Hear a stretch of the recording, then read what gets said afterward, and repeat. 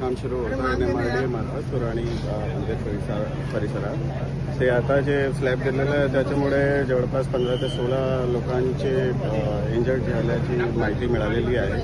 आता आम्ही on spot आहे अलॉंग विथ कलेक्टर आणि डिझास्टर रिस्पॉन्स सगळे आहे आणि त्याच्या कशी झाला काय झाला त्याची जप्ती करेल त्याच्यानंतर काही.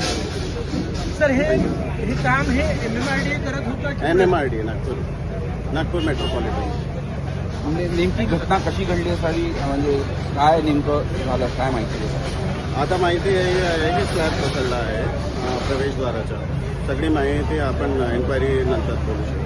काय सांगणार, रेस्क्यू ऑपरेशन कसं सुरू आहे? पालकमंत्र्यांचा फोन आला होता का तुम्हाला? कसं नाही, मी पालकमंत्री महोदयांच्या संपर्कामध्ये आहे. त्यांचा 2-3 वेळा मला फोन आला आणि सगळ्या प्रिकॉशन्स आपण घेतलेल्या आहे. आणि जे अफवा चालू आहे की एवढे लोक दबून मेले असं काहीच त्याच्यामध्ये नाही आहे. जवळपास 17 लोकांना आपण हॉस्पिटलला हलवलं आहे. ते मायनर इंजुरी त्यांना झालेली आहे. काही लोकांना नंदिनी हॉस्पिटलमध्ये ॲडमिट केलं आहे, काही लोकांना मॅक्समध्ये आपण शिफ्ट केलेलं आहे. आणि आपण बघत असाल मागे NDRFची टीम, पोलीस प्रशासन, महसूल प्रशासन सगळं ते जे प्रोटोकॉल आहे एका डिझास्टर झाल्यावर कसं प्रोटोकॉल असेल त्या हिशोबाने आपण ते मलबा काढण्याचं काम आपण करत आहोत. सध्या कसलीही पॅनिक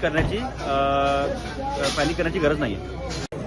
इथे कोराडी मंदिराच्या मागे जे महाद्वाराचं बांधकाम चालू होतं तिथे ऑलरेडी NDRFची टीम आहे, लोकल पोलीस ऑलरेडी इथे पोहोचले आहेत, अँब्युलन्स आहेत. इथे कुठल्याही प्रकारची कॅज्युलिटी आतापर्यंत रिपोर्ट झालेली नाहीये. तरी देखील काही शक्यता नाकारता येत नाही म्हणून आपण आता पुढचं सर्व तिथे एक्सकॅव्हेशन करून चेक करत आहोत. परंतु आतापर्यंत काही कुठलीही कॅज्युलिटीची शक्यता इथे दिसत नाहीये. थँक्यू.